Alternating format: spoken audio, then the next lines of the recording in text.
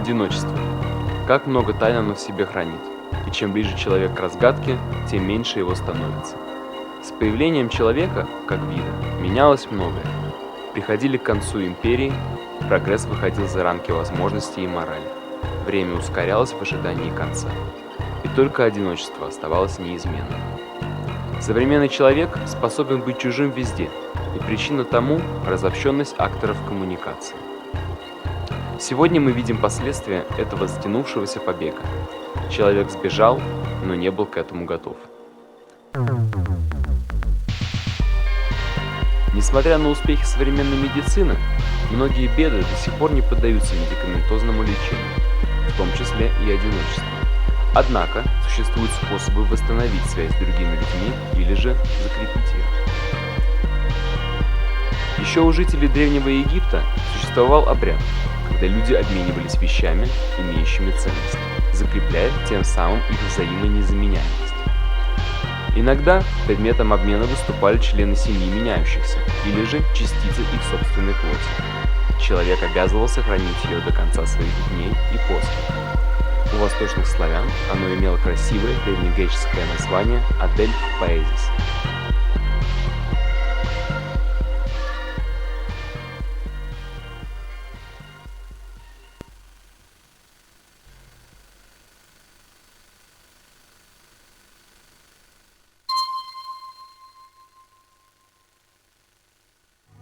Итак, вы решили побрататься. Для совершения акта братания необходимо два субъекта.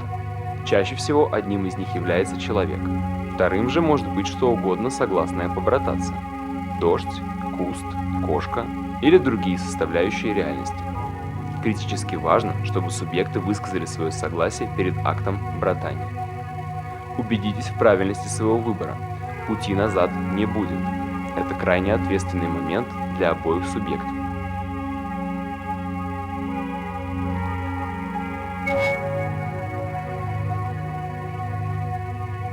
Красота не только кроется в глазах смотрящего, но и быстро в ней портится, а потому, если оно требуется, не спешите брататься.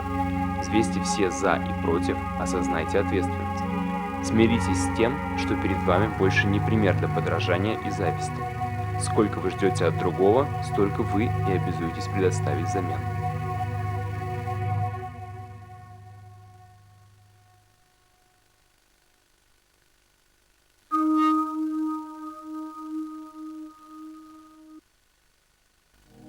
Для совершения акта братания вам понадобится уединенное место без посторонних лиц, острый предмет. В нашем примере мы будем использовать ножи. Обратите внимание на длину лезвия. Мы настоятельно рекомендуем по возможности снизить площадь соприкосновения ножа с кожей. Средства для обработки ран. Итак, вы готовы побрататься. По желанию субъекты могут принять сидячее положение. Обратите внимание на решимость субъектов. Они оба проделали большую работу, прежде чем решиться брататься. Сомнений не осталось. Последнее рукопожатие как чужих людей.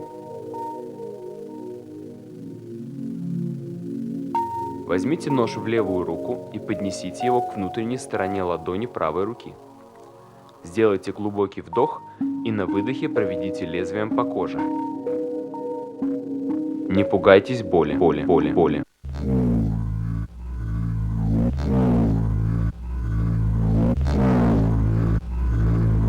После совершения братания промойте раны чистой водой и обработайте средствами согласно рекомендациям Министерства здравоохранения. При необходимости обратитесь в больницу.